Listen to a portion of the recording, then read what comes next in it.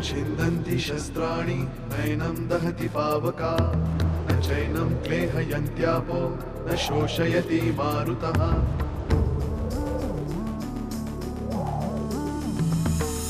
दिवसामागुणरात्र धावते सकाळ संध्याकाळ सूत्रधार जो या साऱ्याचा नामतयाचे काय तयाच्या मनात दडले नकळे कधी कुणा क्षणात होते संभव सारे क्षणापूर्वीचे असंभव असंभव असंभव असंभव। प्रथमेशकडे आधीचं काय काम असेल? आधीची आई तीच मी 11 वर्षाची असताना जिने आपल्या मुलीच्या मृत्यूचा आरोप माझ्यावर केला तीच। मनीषाच्या आईला स्टेशनवर घ्यायला चालले, त्यांना पत्ता माहिती नाही ना म्हणून। व्हॉट? नाती कळले पण सगळा भूतकाळ कधी कळणार? आणि जन्मांचे उद्देश स्पष्ट होतील त्या दिवशी पुन्हा तेच घडेल का?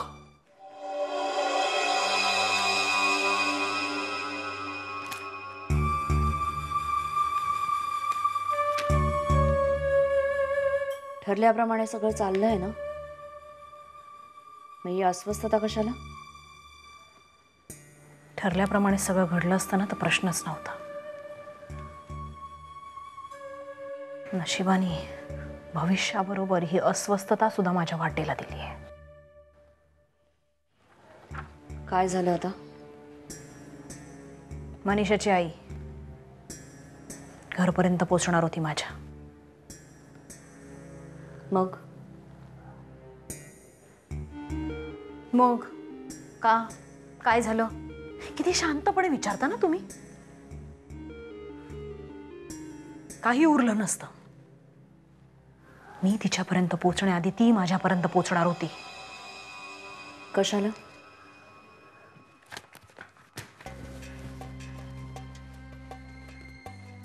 सभा होती। सुलेखाच्या आयुष्यात उरलं सुरलेलं टेन्शन, उरले सुरलेली अस्वस्थता कशी आणायची याची। हां?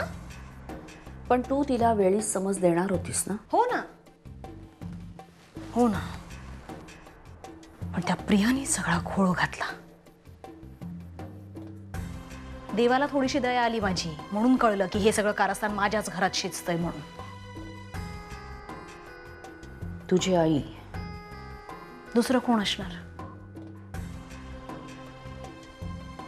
हल्ल्यामागचं मास्टर माइंडच जर खर्च असेल तर दुसरं कोणाला दोष देणार ना आपण? दोष कोणाचा, कारणीभूत कोण, याच्यापेक्षा पुढे काय हे जास्त महत्वाचं आहे। नाही, दोष कोणाचा, कारणीभूत कोण हेही तितकंच महत्वाचं आहे तनिष्का। आणि या मागे फक्त मम्मा नाही, माझ्या वाटेत सारखी सारखी येणारी ती प्रिया तिचा आधार आहे। असू दे, तो आधार हलवायला जाशील आणि तोपर्यंत मनीषाची आई तिला पाहिजे ते करून मोकळी होईल। प्रियाच्या वाटेला जाणं तुला जेवढं गरजेचं वाटतं तितकंच ते धोक्याचं आणि कठीण आहे। पण हा पणच मध्ये आणू नकोस आता। तू ज्या मार्गाने चाललीस ना तो योग्य मार्ग आहे, फक्त वेग वाढव।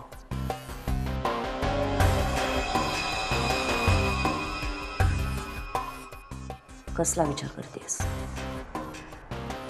वेग वाढवणार आहे मी, रादर वाढवावाच लागणार आहे। कारण ही भेट झाली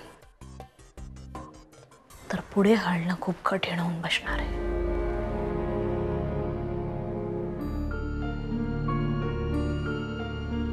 मला भीती मम्माची किंवा मनीषाच्या आईची नाही, दीची। माझा एकमेव आधार आहे ती। गमावलेला सगळा विश्वास परत आणण्याचा एकमेव मार्ग।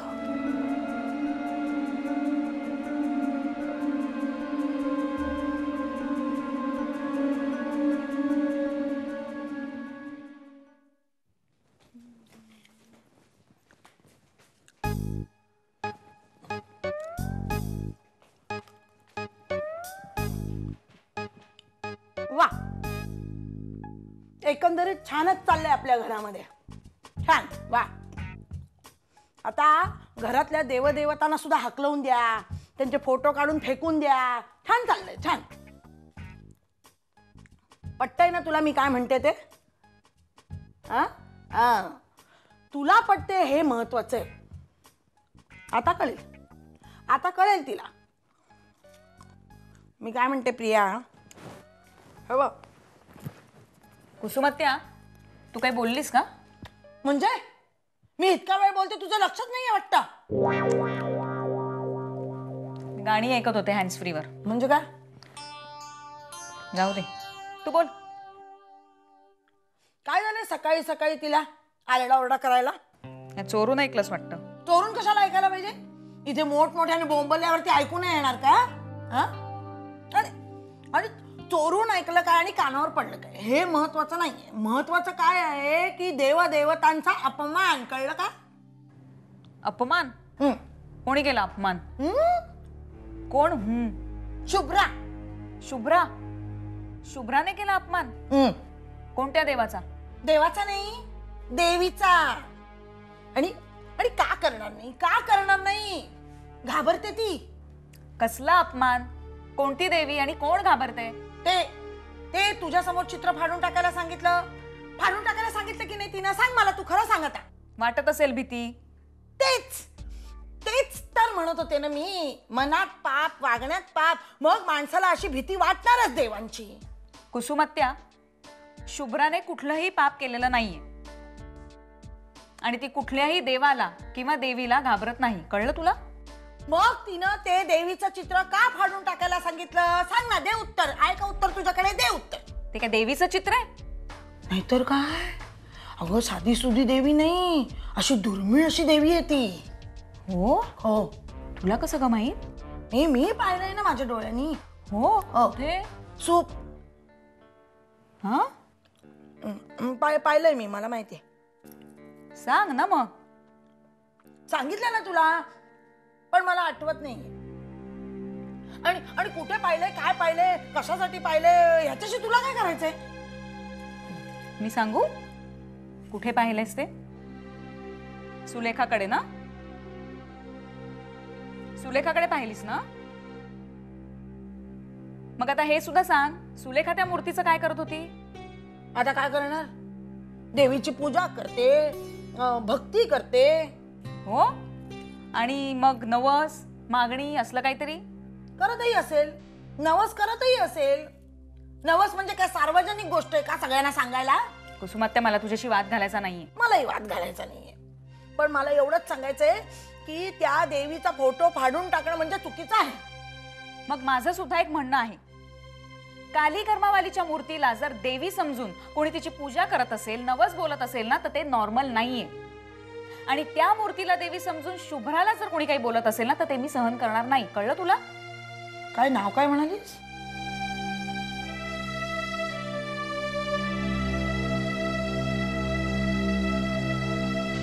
काली कलकत्तेवाली?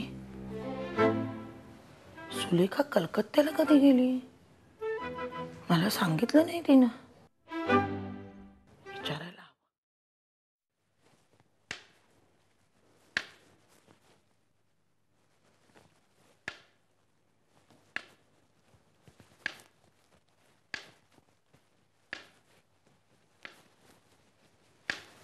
शुभ्रा.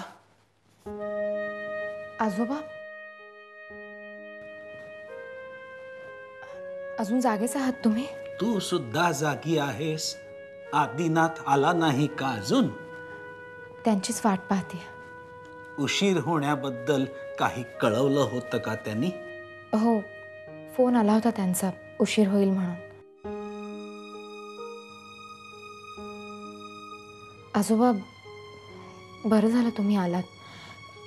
मला जरा आदिनाथांविषयी बोलायचं होतं तुमच्याशी. तुझा चेहराच सांगतोय शुभ्रा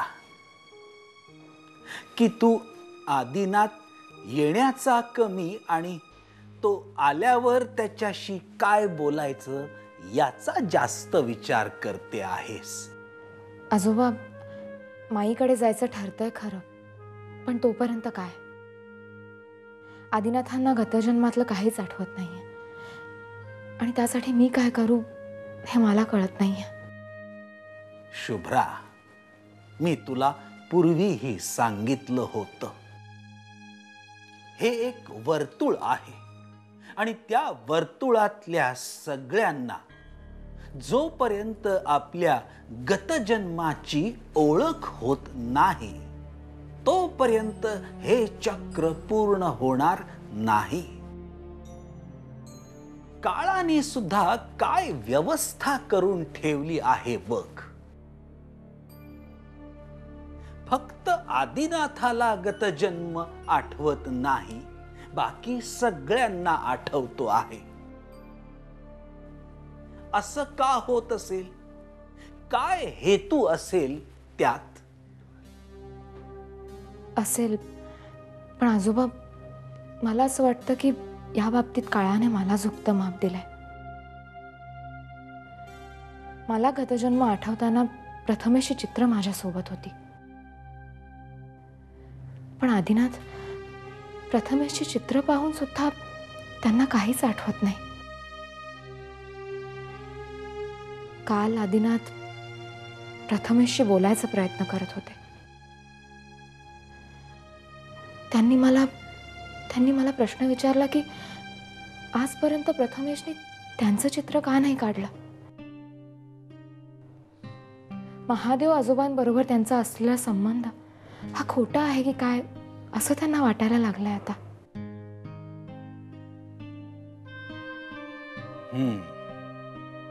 खूप मोठ्या गैरसमजुतीत वावरतो आहे. मनात चुकीचे प्रश्न घेतले आहेत त्याने. मला कुठे माझा गतजन्म आठवतो आहे आणि तो आठवणं शक्य नाही. शुभ्रा, तुला तुझा गतजन्म आठवला कारण प्रथमेशचं पहिलं चित्र पाहून तुझ्या मनात प्रश्न निर्माण झाले. डॉक्टर विराज सामंत, डॉक्टर जोशी यांची मदत तुला मिळाली, पण तरीही तुझा गतजन्म तुलाच आठवावा लागला आणि तू पार्वती वहिनीचा पुनर्जन्म आहेस हे कळणं ही देखील काळाची गरज असेल, नाही का? मग आता काळाची काय गरज आहे आजोबा?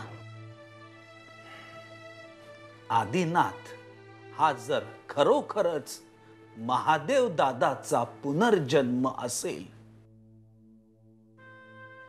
तर आदिनाथाच्या आयुष्यात अशी एखादी घटना नक्की घडेल जी महादेव दादाच्या आयुष्यात घडून गेलेली आहे. मी आधीच सांगितलंय, हा खेळ व्यक्तिरेखांचा आणि घटनांच्या पुनरावृत्तीचा आहे.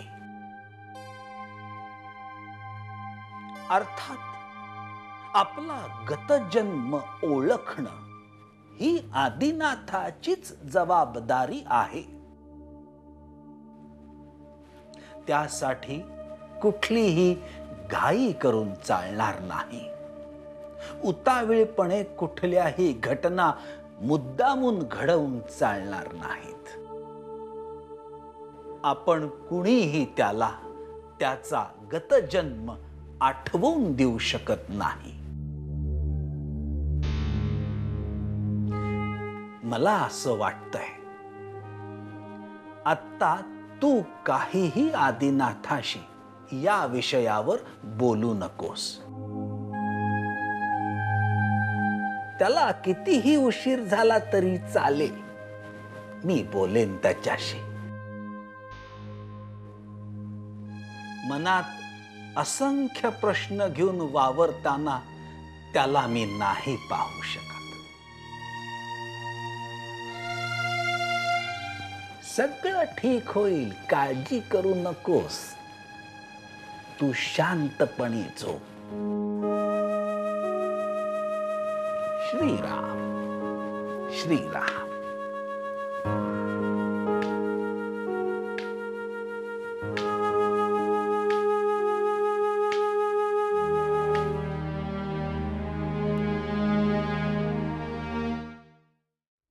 मी तुझा फोन बराच वेळ ट्राय करत होतो प्रिया.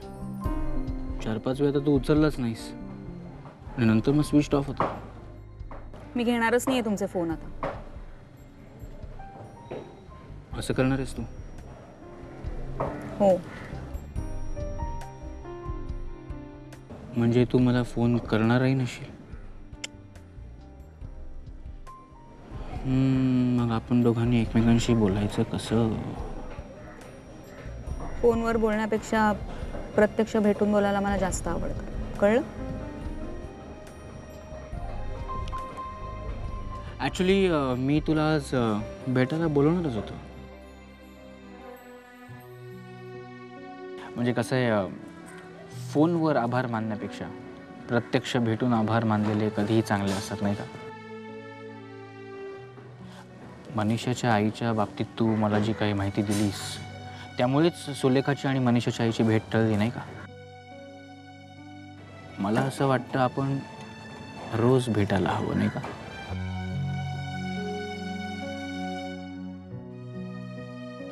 या केसच्या संदर्भात घडणाऱ्या घटना तरी एकमेकांना निदान फोनवर रोज सांगायला हवे.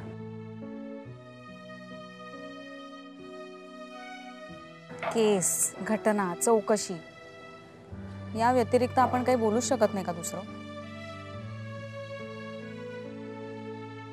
आपण हो, आपण. अच्छा, म्हणजे मला इथे बोलवून घेण्याचं कारण काढावं लागलं. आजोबा तुम्हाला कार्यतत्पर म्हणतात ना? हो. पोलीस इन्स्पेक्टर आहात म्हणजे काही गोष्टींचे अंदाज तुम्ही अगदी अचूक बांधता नाही का? काही नाही, बऱ्याच. पण तसं नाहीये. इन्स्पेक्टर होण्यापेक्षा तुम्ही लेखक का नाही झालात? खूप मोठे लेखक व्हाल तुम्ही. तुला खरंच असं वाटतं? म्हणजे समोरच्याला शब्दात पकडणं, शब्दांचे खेळ करणं तुम्हाला खूप छान जमतं. आणि तेवढंच जमतं. केस, गुन्हे, चौकशी या सगळ्या गोष्टी आयुष्य असतील इन्स्पेक्टर विक्रांत भोसलेंसाठी. पण कधीतरी फक्त विक्रांत म्हणून चौकशी केली, जरा बोललात तर तो गुन्हा नाहीये आणि ती केस सुद्धा होऊ शकत नाही. बरोबर ना?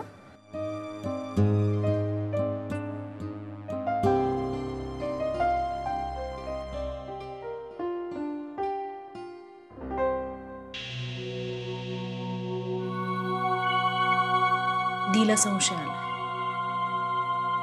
कसला? माहित नाही, पण नेहमीसारखी वागली नाही ती माझ्याशी. नेहमीसारखं म्हणजे? केअरिंग, मला समजून घेणारी. काय कारण असेल? माझ्या विरुद्ध कोणीतरी रान माजवतंय. चूक. विश्वास तू गमावलायस. मी? हो, तूच. मी तुला ह्याआधी बजावलं होतं की स्वतःवरचा विश्वास गमावू नकोस. विश्वास हे खूप मोठं पाठबळ असतं सुलेखा. पण मी कुठल्याही बाबतीत चूक केली नाहीयेस असं म्हणूच नकोस. मी तुला सांगितलं होतं सगळ्या गोष्टी तिला सांगायला, त्या सांगितल्यास? दीला मी सगळं सांगून टाकायला हवं होतं का? कुठच्या गोष्टी सांगायच्या आणि कुठच्या नाही सांगायच्या हे मी तुला सांगायला हवं का? काय प्रश्न काय होते तिचे? सारखी सारखी पोलीस स्टेशनमध्ये का जातेस असं विचारत होती. याचाच अर्थ अंधारात दगड मारतीये ती. संशय जेव्हा पहिल्या टप्प्यात असतो ना तेव्हाच तो संपवलेला बरा असतो. तो कॅन्सर सारखा कधी पसरतो कळतही नाही. काय उत्तर दिलीस? काहीतरी उत्तर भिरकावून लावली मी. फुटकळ उत्तर देऊ नकोस, त्याचा काहीही उपयोग नसतो सुलेखा. प्रश्न विचारलाय तर त्याचा उपयोग करून घे. आणि आता एका दगडात 2 पक्षी मारण्याच्या ऐवजी 3 पक्षी कसे मारता येतील याचा विचार कर. म्हणजे काय करू? रस्त्यातला काटा तर दूर करायचाच, पण संशयाची सुई दुसऱ्याकडे गेली पाहिजे आणि स्वतःवरचा विश्वास मात्र अबाधित राहिला पाहिजे.